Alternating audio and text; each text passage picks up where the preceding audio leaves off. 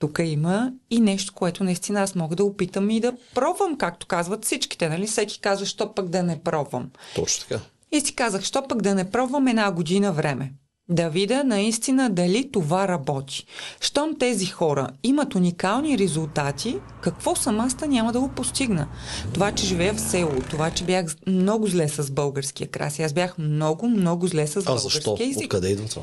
Защото аз съм живяла още от малка 3 години и половина в Крит в Гърция и отделно 20 години в Испания. Детството и младените на мене ми са в чужбина. Аз си казвах само добро утро и лека нощ. Абсолютно нищо друго не говорих на български. Всичко беше на испански в повечето случаи. И буквалният смисъл, когато стана цялата тази ситуация, когато бях на това събитие и видях това чудо, как да създадеш аджба някой ден пасивен доход, и си казах, защо пък да не започна нещо ново.